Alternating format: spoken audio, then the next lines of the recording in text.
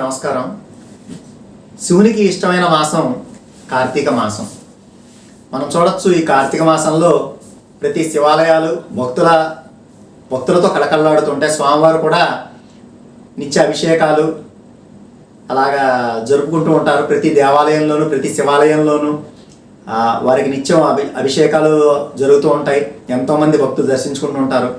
అలాగే ఎన్నో పుణ్యక్షేత్రాలు ఉన్నాయి, శివక్షేత్రాలు ఉన్నాయి, శైవక్షేత్రాలు ఉన్నాయి మన దేశంలో, మన రాష్ట్రంలో. ముఖ్యంగా మనం చూసుకుంటే శ్రీశైలం ఇలాంటి ఇత్యాది ఏవైతే సుప్రసిద్ధ పంచారామాలు ఇత్యాది దేవాలయాలకు నిత్యం జనసందోహం ఉంటుంది. ముఖ్యంగా కార్తీక మాసంలోను కార్తీక సోమవారంలోను. అలాంటి ఇంకో గొప్ప క్షేత్రం ఈ కార్తీక మాసంలో మనం తప్పనిసరిగా దర్శించుకోవాల్సిన ఇంకో క్షేత్రం గురించి, ఇంకో ప్రదేశం గురించి చెప్పాలనే ఈ వీడియో నా తపన. అదే నవనందులు. మనకి నంద్యాల అనే ఒక పట్టణం ఉంది. కర్నూలు సమీపాన నంద్యాల అనే ఒక పట్టణం ఉందండి. ఈ నంద్యాలకి చుట్టుపక్కల 9 నందులు ఉన్నాయి. వీటినే నవనందులు లేకపోతే నవనంది క్షేత్రాలు అని మనం చెప్తూ ఉంటారు. 9 నంది ఉన్న క్షేత్రాలు ఉన్నాయి. విడివిడిగా 9 ఉన్నాయండి, గుడులు ఉన్నాయి. ఈ ప్రాముఖ్యత ఏంటంటే కార్తీక మాసంలో ఏ రోజైనా సరే ప్రథమ నంది నుంచి మొదలుపెట్టి చివరి నందులు 9 నందులు ఉన్నాయని చెప్పాను కదా.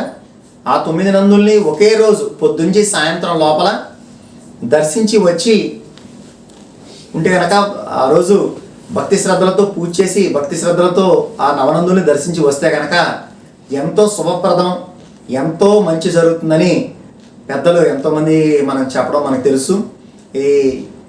అక్కడ ఉన్నవారు కూడా, ఆ చుట్టుపక్కల ప్రజలు కార్తీక మాసం వస్తే చాలు కొన్ని వందల మంది ప్రతిరోజు ఈ 9 నందుల్ని వెళ్ళి భక్తి శ్రద్ధలతో దర్శించుకుంటూ ఉంటారండి.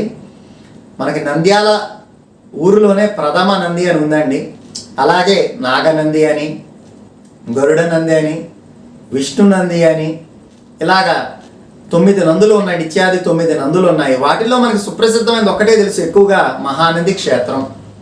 మహానంది చాలామంది వెళ్తుంటారు. ఆ మహానంది ఆలయంలో గల కోనేరులో స్నానం చేసి ఆ కోనేరు నీరు దాంట్లో అడుగున ఉన్న కూడా ఎంత సూది అయినా సరే దాంట్లో మనకి పైనుంచి కనబడుతుంది. అంత స్వచ్ఛమైన జలం వచ్చే క్షేత్రం మహానంది. అక్కడ ఉన్నవారు తెలుసు, చాలామందికి ఇది తెలియదు. ముఖ్యంగా రకరకాల ప్రాంతాలు, ఆ చుట్టుపక్కల ప్రాంతాల వారికి తెలుసు, కానీ మిగతా రాష్ట్రాల్లో ఉన్నవారికి లేకపోతే మిగతా వేరే ప్రాంతాల్లో ఉన్నవారికి తెలియకపోవచ్చు కదా. అందువల్ల నంద్యాలలో ఉన్న ప్రథమ నంది నుంచి మొదలుపెట్టి ఆ చుట్టుపక్కల ఒక 5-6 కిలోమీటర్ల దూరంలో ఒక్కొక్క నంది ఉంటుందండి. ఒక్కొక్క నందిని దర్శించుకొని ఆ 9 నందుల్ని దర్శించుకుని వచ్చి ఇంటికి చేరితే ఆ ఒక్క రోజులో ఎంతో శుభప్రదం అని చెప్తారు. అందువల్ల ప్రతి ఒక్కరూ ఈ వీడియోని వీక్షిస్తున్న ప్రతి ఒక్క వీక్షకులు కూడా అవకాశాన్ని బట్టి వారు కార్తీక మాసంలో ఇప్పుడు వీలైతే లేకపోతే ఏదో ఒక కార్తీక మాసంలో వారు వీలు చూసుకొని ఒకరోజు తప్పనిసరిగా వెళ్ళి 9 నందుల్ని దర్శించుకొని ఆ శివానుగ్రహానికి పాత్రులు అవ్వాలనే నా తపన. ఎంత అద్భుతంగా ఉంటుందంటే అంతా కూడా పచ్చదనంతో అలరారుతూ ఉంటుంది.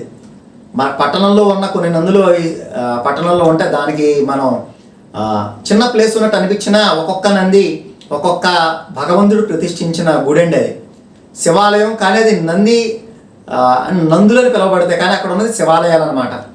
మనం ఈ 9 నందుల్ని ఉదయం నుంచి సాయంత్రం లోపల దర్శించుకొని ఒక్కొక్క గుడి మనం చూస్తే కనుక ఒక్కొక్క భగవంతుడు, ఒక్కొక్క దేవత ప్రతిష్ఠించిన గుడి. ఆ ఒక్కొక్క దేవాలయం ఎంత అద్భుత శిలా సంపదతో ఎంత రమణీయంగా ఉంటుందో అది మాటల్లో చెప్పలేనిది.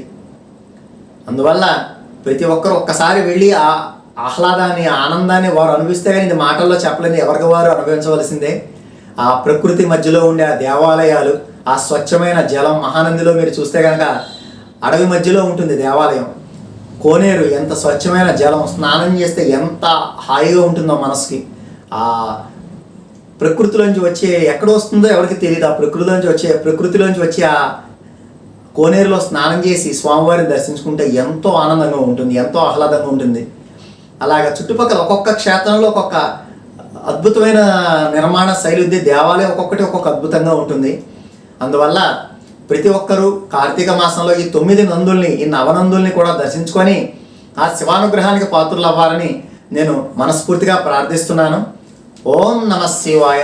హర హర మహాదేవ శంభో శంకర.